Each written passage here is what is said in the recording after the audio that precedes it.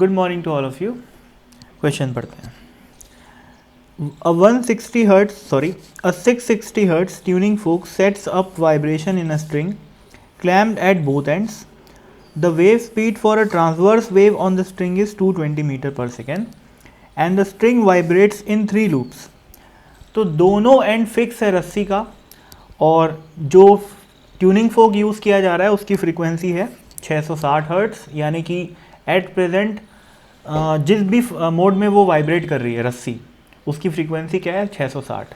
और लिखा हुआ है कि नंबर ऑफ लूप्स 3 बन रहे हैं, है ना। ये देखो वाइब्रेट्स इन 3 लूप्स, इसका मतलब कौन सा मोड हुआ? थर्ड हार्मोनिक हुआ। ओके, तो सबसे पहली बात तो भाई एन की वैल्यू हो गई 3, frequency of the third harmonic हो गया अपना 660 हर्ट्स और वेव स्पीड अपने को दे रखी है 220 मीटर पर सेकेंड। अभी फर्स्ट क्वेश्चन क्या है? Find the length of the string. तो पार्ट ए में अपने को लेंथ निकालना है। तो भाई जब रस्सी दोनों एंड से फिक्स होती है तो थर्ड हार्मोनिक या बोलना चाहिए nth हार्मोनिक का जो फॉर्मूला होता है वो क्या होता है?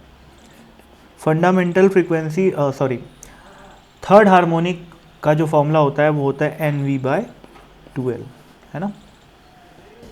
तो n की जगह क्या हो जाएगा? 3 आ जाएगा।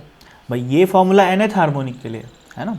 अब इस क्वेश्चन में अपने को थर्ड हार्मोनिक दिया हुआ है तो यहाँ पर अपन लोग क्या करेंगे, एफ एन की जगह क्या रख देंगे?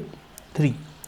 तो एफ आ गया 660, ये 3/2 और वी की वैल्यू अपने को दे रखी है 220, है ना। और ये आ गया एल, तो एल की वैल्यू आ गई 3 × 220 डिवाइडेड बाय 2 × 660। ओके तो ये हो गया 110, ये हो गया 6 और 3/6 हो गया 1/2। 1/2 मीटर में आएगा ये, है ना। तो सेंटीमीटर में क्या हो गया? ये 50 सेंटीमीटर। तो पहला पार्ट का आंसर क्या हो गया? 50 सेंटीमीटर या फिर हाफ मीटर। अगले पार्ट में क्या पूछा है? If the maximum amplitude of a particle is 0.5 centimetre, sorry 0.5 centimetre, I am so sorry 0.5 centimetre, right a suitable equation describing the motion. तो भाई स्टैंडिंग वेव की इक्वेशन कैसी दिखाई देती है? y इज इक्वल टू जो भी पार्टिकल का मैक्सिमम एम्पलीट्यूड है जो कि अपने को 0.5 दिया हुआ है, तो 0.5 sin kx cos ωt, ये होती है स्टैंडिंग वेव की इक्वेशन। अब कुछ लोगों का प्रश्न हो जाएगा कि सर यहाँ पर साइन क्यों आएगा, कॉस क्यों नहीं आएगा? तो वो इसलिए है क्योंकि x is equal to 0 put करने पे मेरे को क्या मिलना चाहिए? y is equal to 0। क्यों? क्योंकि आप रस्सी के डायग्राम को देखो, वो ऐसी दिखाई देगी, 3 लूप में वाइब्रेट कर रही है ना, तो ऐसा है। तो ये वाला जो पॉइंट है वो क्या है? x इज इक्वल टू 0 और ये एक नोड है। तो for any value of x y should come out to be 0। For any value of time y should come out to be 0, क्योंकि वो हर समय अपनी मीन पोजीशन पे रहता है, वो तो हिलता ही नहीं है। तो अब सोचो भाई, अब यहाँ पर x इज इक्वल टू जैसे ही मैं 0 पुट कर दिया तो ये पूरा का पूरा टर्म क्या बन गया? 0 बन गया।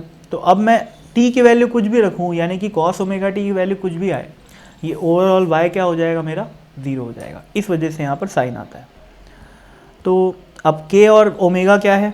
k की वैल्यू निकाल लेते हैं। k क्या होता है? प्रोपगेशन कांस्टेंट, जो कि होता है 2π/λ। तो 2π/λ की वैल्यू कितनी है? देखो भाई, लैम्डा की वैल्यू कैसे निकाल सकते हैं अपन?